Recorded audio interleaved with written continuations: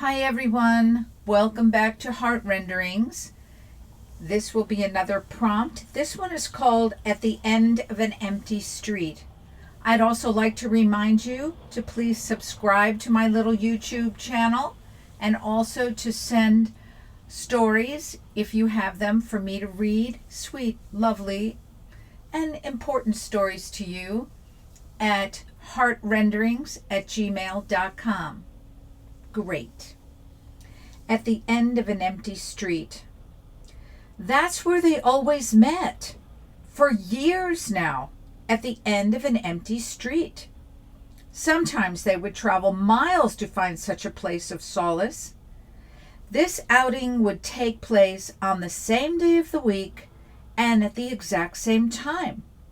How did they know to do this? They came separately and arrived on time. It was amazing. I was not privy to all the meetings, just the ones where they flew by my house around twilight. I knew it was them. They were recognizable in their own special way.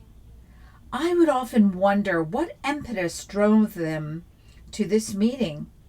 What was shared together? I imagined it was very important indeed. Maybe they were planning to save the world, although I couldn't imagine how, as they looked fragile themselves. There was resilience and reliance in the continuous sacred gathering. They seemed to relish and delight at being with each other. You know how lovers are, fussing about one another when together. And they loved the lamplight. It made them come alive and allowed me a better glimpse, as it was pitch dark at the end of the street. Thankfully, no one lives at the end of the street, as some people might have been frightened by them. Silly how people can be over the craziest things. One night, I so wanted to meet them in some way, to feel this magic between them.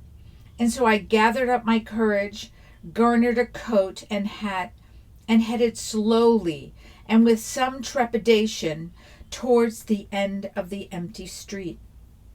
The street light seemed bright as I was arriving, and so I hoped they wouldn't leave.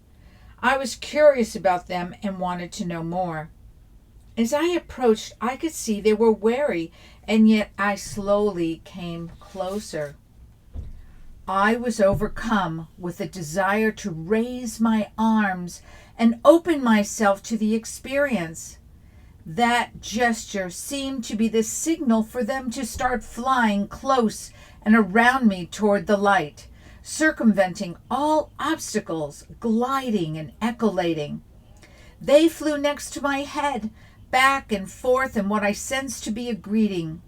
And there I stood, under the lamplight, with fruit bats flying all around me. It was glorious. The end.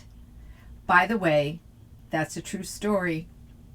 Have a blessed day.